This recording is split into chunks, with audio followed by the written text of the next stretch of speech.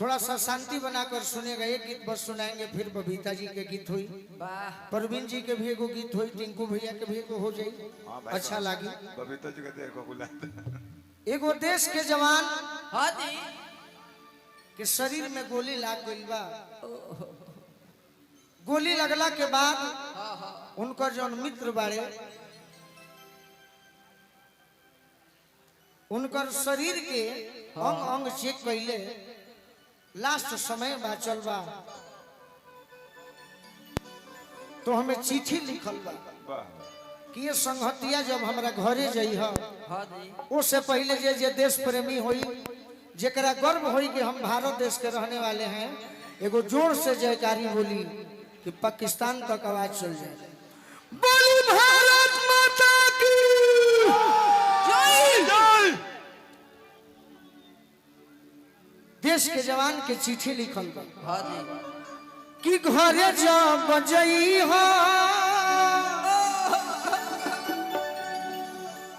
अरे माई से बतइह। देश के जवान के मृत्यु हो चुकल, चिट्ठी लिखले बड़े कि ये दोस्त जब हमारा घरे जइह एगो हमारे परिवार तक संदेश पहुंचा और पीछे आ जाएंगे कि घरे जब जइह अरे माई से बतइह बेटा के अपना भुला दी है। घर जब जइह माई से बतइह बेटा के अपना भुला दी है। और का वो ऐसा जवान जेकर शादी ठीक हो गई, ऐसा शादी के अपना बारात सजई है। शादी के अपना बारात सजई है। शादी के अपना बारात सजई है। हमार माई से कह दी हाँ जी हमार शादी ठीक रहे, बाकी माई से कहिया कि अब तो हम दुनिया में रहनी ना।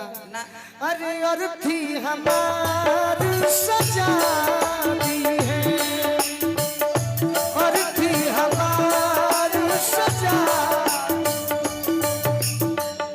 संदेश से आते हैं हमें तड़पाते हैं, चिट्ठी आती है चे जाते हैं कि घर कब आओगे, घर कब आओगे, तुम बिन ये घर सोना सोना है।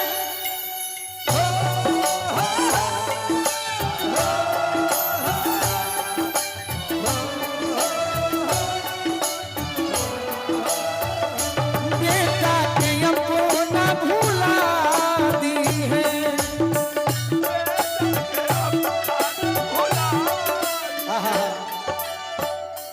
एक एक लाइन मेरे भाई सुनिएगा तो अच्छा लगेगा, हाँ जी क्योंकि हमारी भी एक पहचान बन सकती है आने वाले भविष्य में। केहू के बेटा होला तो चाहे कि बेटा हमारे पढ़ लिख के डॉक्टर इंजीनियर बने, हम भोजपुरी गीत गावत नहीं तो यह न चाहब कि हमारो गीत से इतिहास हो। सही बात बा। दोस्त लिखले बाड़े का हो असरे में बिछल होई अरे बाबूजी के अखिया, अखिया खड़ा हुई बहिनिया लेके दुआरे पर रखिया। गार्जियन के बहुत बहुत आशीर्वाद मिलल।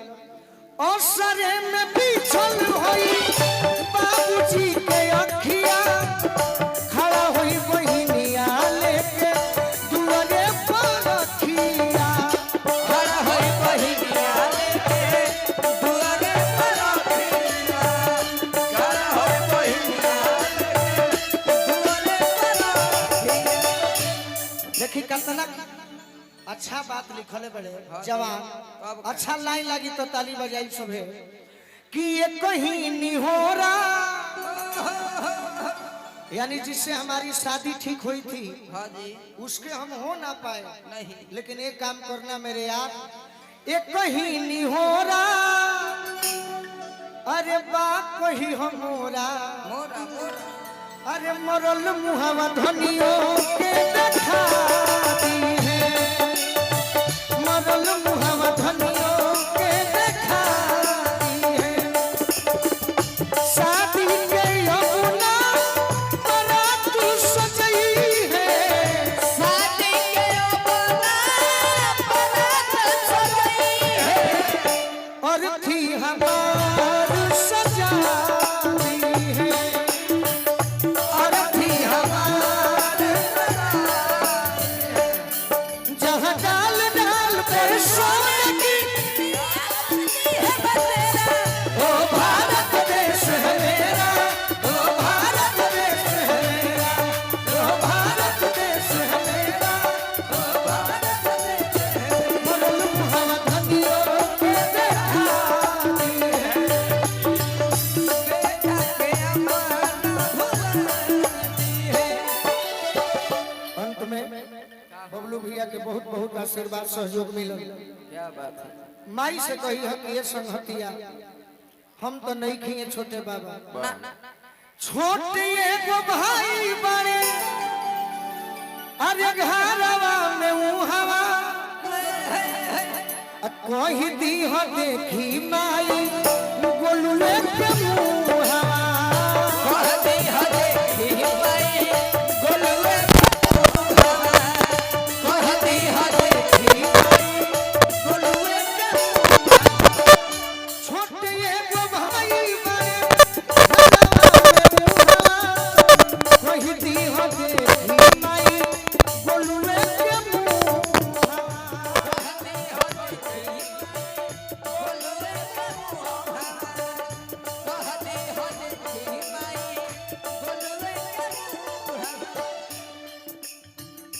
दिलवा के अंदर से